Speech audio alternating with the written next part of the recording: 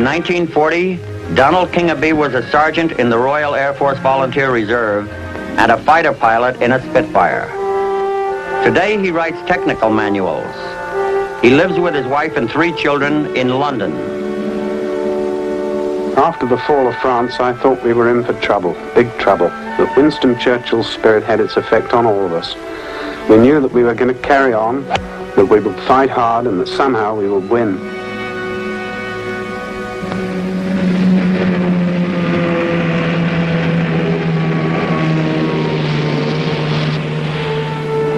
In 1940, Harry Siegert was a sergeant in the German Luftwaffe and a recent graduate of a bomber school. A former resident of Berlin, Germany, he works today in Los Angeles as a supervisor of computer systems. My boyhood dream was to fly. It was for me the most beautiful and gratifying experience. Too bad it had to be through war.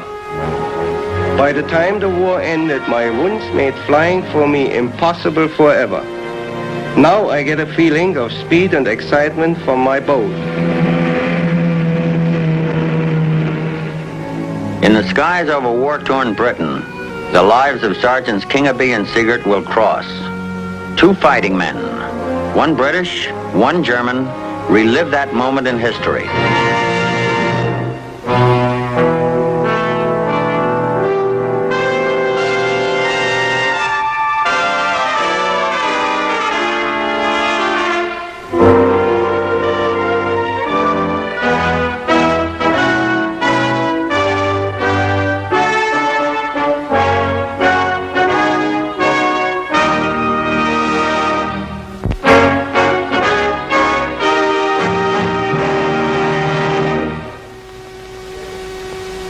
I'm Jim Bishop.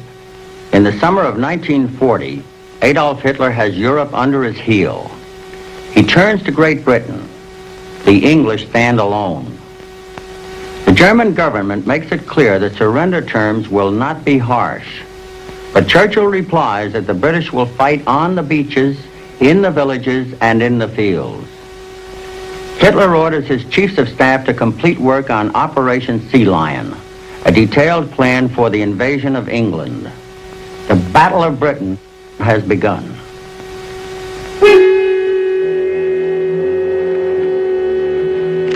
German invasion plans are contingent on the elimination of the RAF from the skies and the Royal Navy from the Channel. The German Air Minister, Reichsmarshal Hermann Goering, is instructed to plan for the air battles that will decide the fate of England. Hitler hopes that this air operation will force the British to use up their fighter strength prematurely and weaken them for any big offensive that might be launched later. By July, 1,500 German bombers and over 1,000 fighters are concentrated within easy flying distance of the United Kingdom. One of the German airmen who will carry out Goering's orders is Sergeant Harry Siegert, stationed with a bomber squadron near Reims, France. I would truly like to find a fighting man who isn't afraid of dying. We may feel that we can win the war, but we also know that there can be no victory without suffering and loss of life.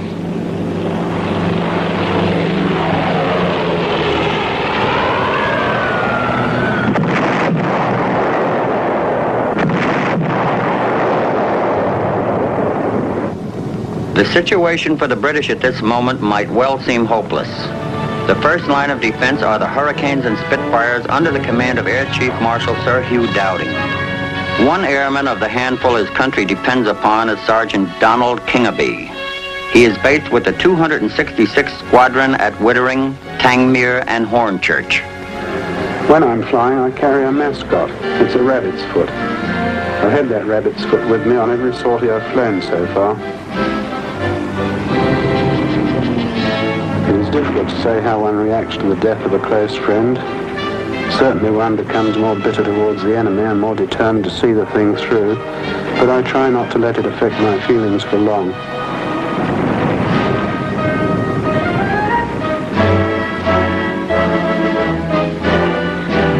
No obstacles are allowed to stand in the way of aircraft production, yet the RAF's operational strength, down to 331 planes after Dunkirk, is now only 620.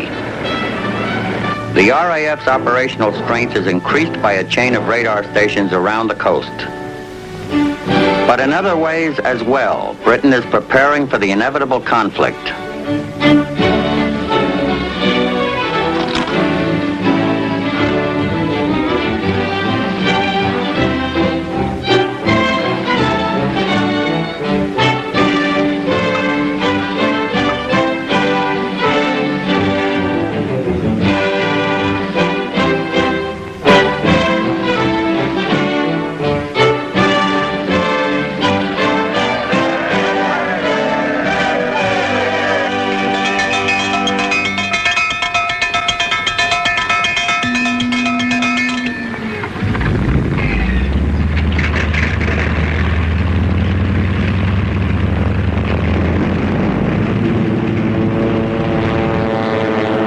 Seems to me that we're taking a bit of a beating. I wonder how long we can keep it up. Will we go on fighting in this way for months and months? There are times when I wonder whether we will see it through. We wonder what the barrage balloons are good for. It is easy to get around them, but if the weather is bad, there is always the chance of running into the cables. I can't say that I have any feelings about the people down there. I can't say that I feel sorry. I'm too busy flying my machine. All I think about is reaching the target. I'm not over here to kill. I'm over here to do the best I can for Germany. By the end of July, Britain still dominates the skies, although they have been forced to cancel all sailings through the channel during daylight. I think the German pilots as a whole are most confident and experienced. People say that we break their formations up quickly. This isn't quite so. The Germans fight to the best of their ability as long as their fuel allows them to stay over our territory. I'm talking mainly about the fighter pilots. I have a feeling that the bomber crews are more regimented and depend entirely on their leader. When he's knocked out, there seems to be a lack of cohesion amongst the remainder of their formation. They tend to scatter and make themselves more vulnerable.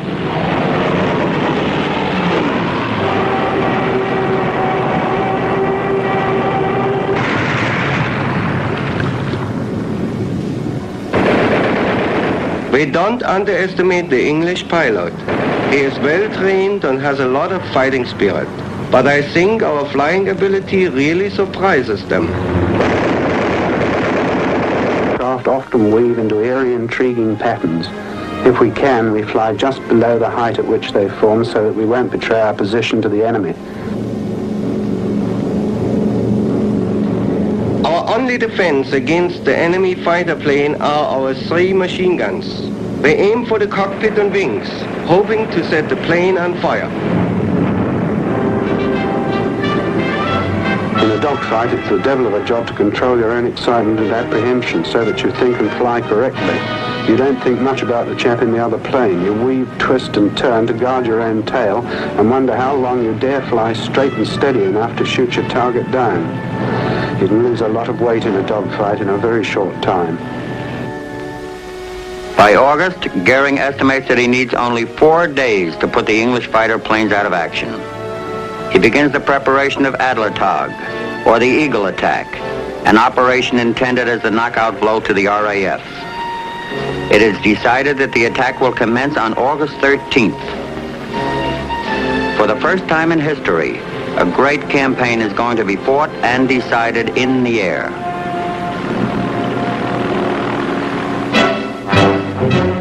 We generally start our morning flights about 4 a.m.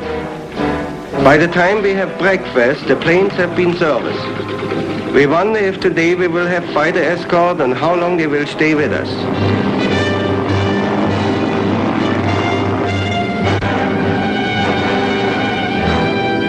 Over England, we always have to fight low clouds.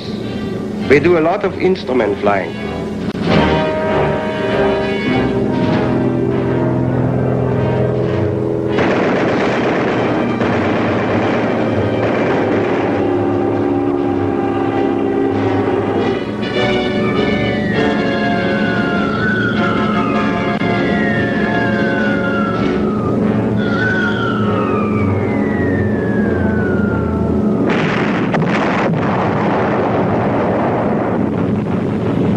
spite of the bad weather and unexpected opposition, they managed to hit aerodromes, dockyards, and aircraft factories. But in the process, they lose 45 of their aircraft against a British loss of only 13.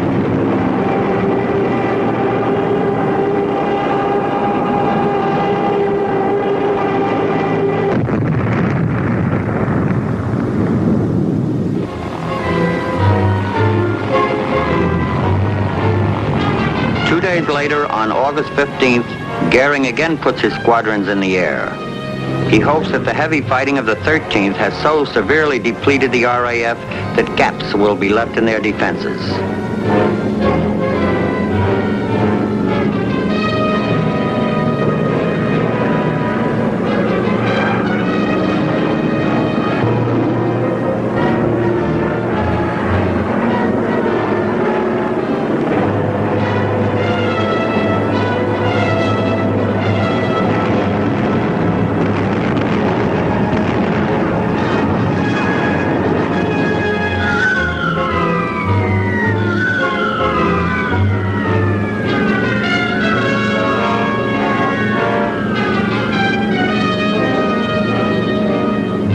On this day, the Luftwaffe has made its biggest effort, nearly 1,800 sorties. They had expected an all-out victory. Instead, Adlertag is at failure.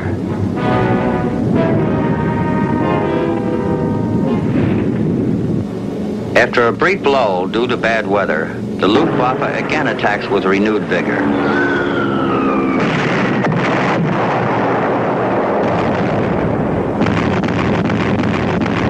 For the British, the situation is becoming daily more serious. They are still shooting down more enemy planes than they themselves lose, but the margin is not a big one.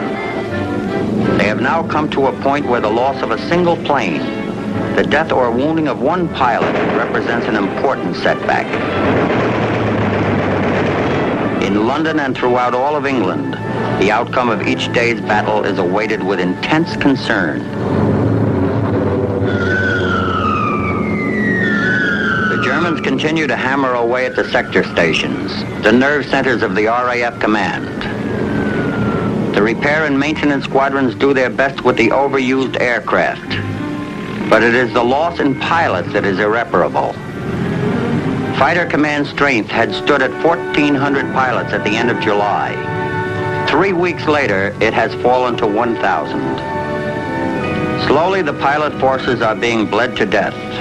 Slowly, the communication systems and airfields are being battered to bits. Slowly, the pilot reserves are reaching dangerous lows. Now the question is, how much longer can fighter command hold out? How much longer before the Luftwaffe deals its final crushing blow? At this moment, when things are at their darkest, an incident occurs that causes a dramatic change in the German plans.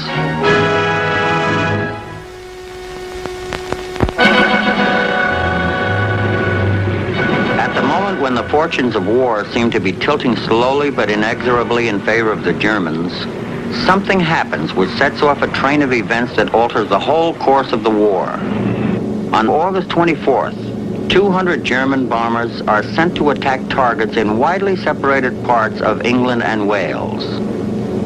The pilots do not have orders to bomb London, but in fact, bombs are dropped on the city. Accidental bombing?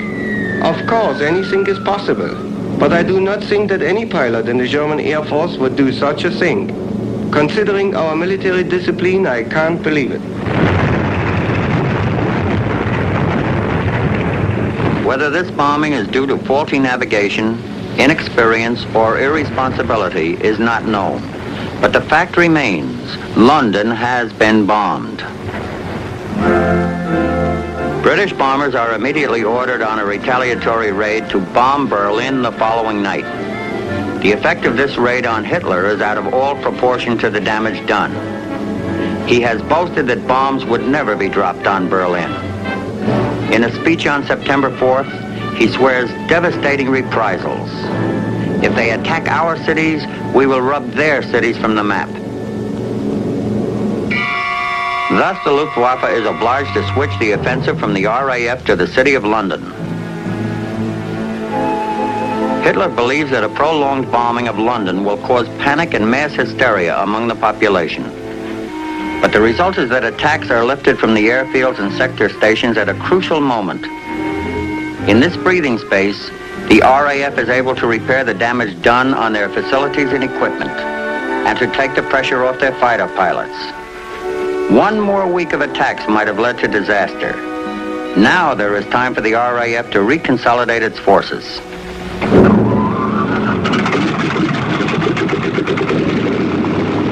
Late in the afternoon of Saturday, September 7th, this new phase of German strategy is launched. From a forward air base, Goering himself watches the flights take off toward the English coast.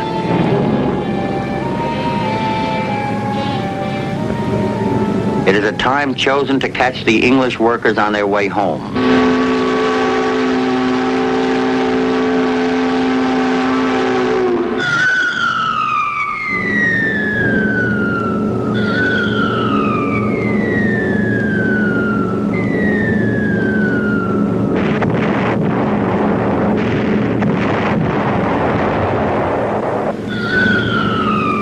300 tons of high explosives and many thousands of incendiaries are dropped on London within an hour and a half.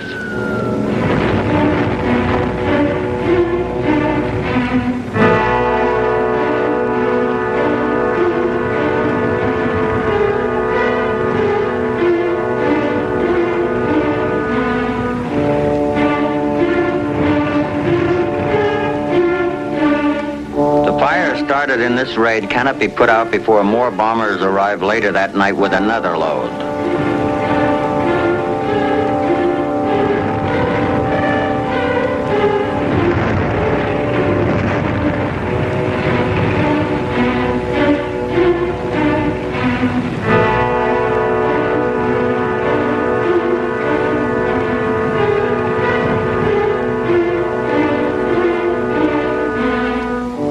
Between 5 o'clock on this Saturday evening and 3 o'clock the following morning, German bombs killed 1,000 Londoners.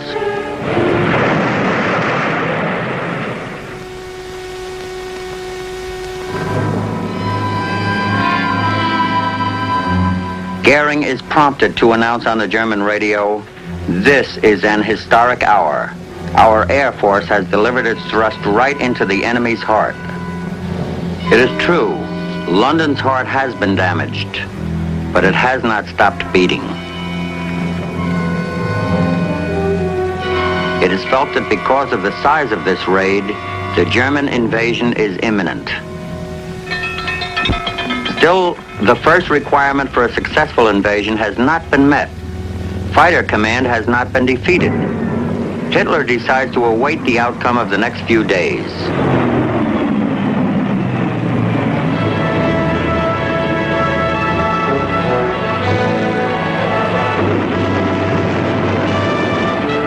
The outcome is that fewer than half the German bombers succeed in dropping their bombs. Hitler, still hoping that the British will crumble under the repeated air attacks on their capital, again postpones his decision to invade. He has been assured that air supremacy is almost within his grasp. A victory must be forced with no more delay. Goering picks Sunday, September 15th as the day of reckoning. The morning of September 15th turns out to be ideal flying weather.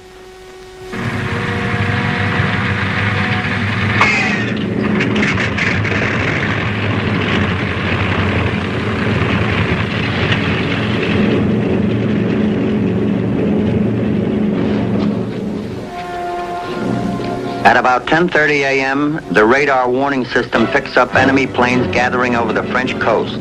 To the waiting English pilots, the German armadas appear to stretch from horizon to horizon.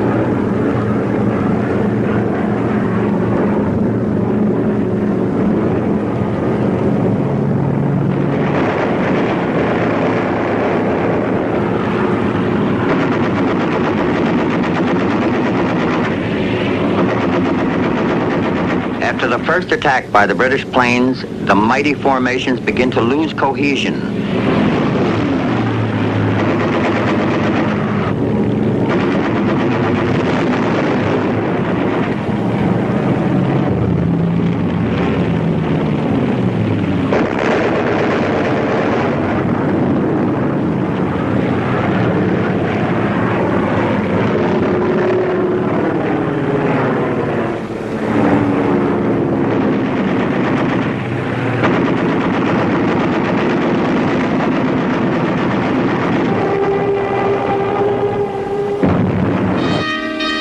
Every single aircraft is engaged and there is nothing left on the ground in the way of reserves.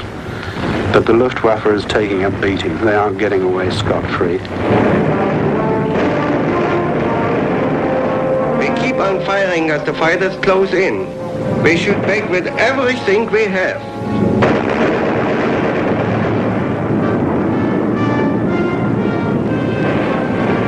This great battle, which was to have crushed fighter command, proves instead a shattering blow to the German airmen. The Luftwaffe has been routed. Again, the gamble is lost.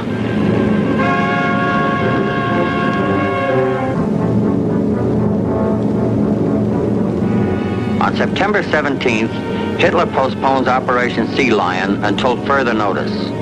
I had a plane loaded with paratroops, all crack troops, veterans of Rotterdam. The invasion being cancelled is a big disappointment to all of us. But the British cannot know the extent of their victory, for a new phase of the battle has begun. The German Luftwaffe has set out with vengeance to destroy London. Night after night until well in November, London is bombed unmercifully.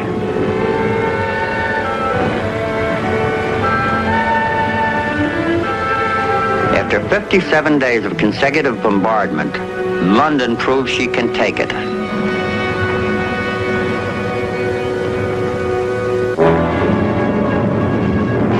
By November, the night raids are expanded to include the industrial cities of Britain. Coventry is viciously attacked on November 14th, as are Bristol, Southampton, and Liverpool.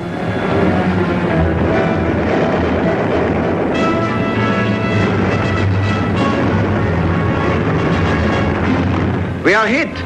I call to the rest of the crew for damage reports. No one answers. The machine will not react.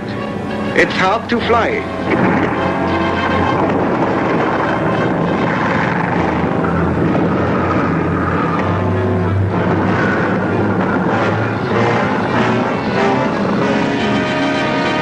The Blitz will continue well into May 1941. Then it will cease, as suddenly as it has begun.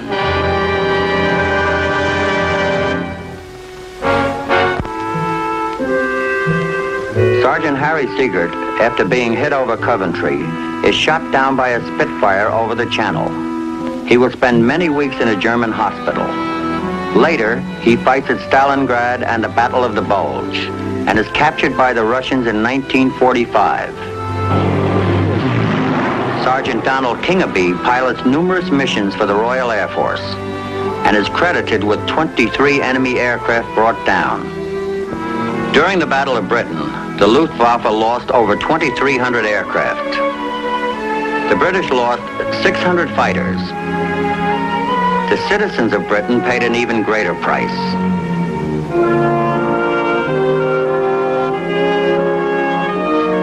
So concludes history's last great air duels.